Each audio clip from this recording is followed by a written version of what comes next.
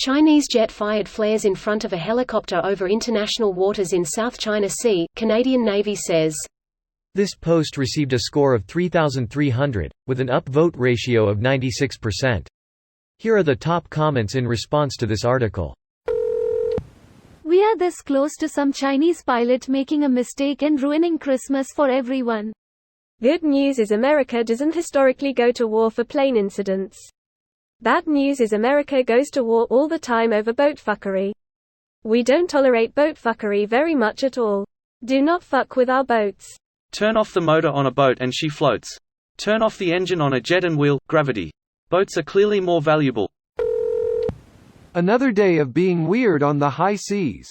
China is desperately trying to justify 9 dashes on an old map that conveniently lets them claim 90% of sea that surrounding island nations have much better claims to. It's about time for entitled China to STFU, and accept they're a landlocked nation. Doesn't landlocked nation mean one that's surrounded on all sides by another nation's land? That definitely isn't the case with China, even if it weren't being asses trying to claim seas around other nations. We, the US, need to completely move away from any trade with China. Mexico is a way better trade partner. Cartel gonna try manufacturing now. Imagine how rich Mexico could be if they regained control from the cartels and formed greater partnership with the US and Canada. Paper dragons with little to no military experience? China, how dare the world is uniting against us. Also China, speaking of which, when are we going to get together to form the Indo-Pacific Treaty Organization? So another day that ends in why cool story. Well, they may defiantly ruin their ex-Moss. The US is inclined to do some practice with them very, very soon. Sabers. Rattled. They sure are getting pretty brazen. Prepare the polar bear landing craft. See what happens when China plays hockey against Canada next time. China is the epitome of the parable about small dogs barking. Big dogs don't need to. Same shit, different day then?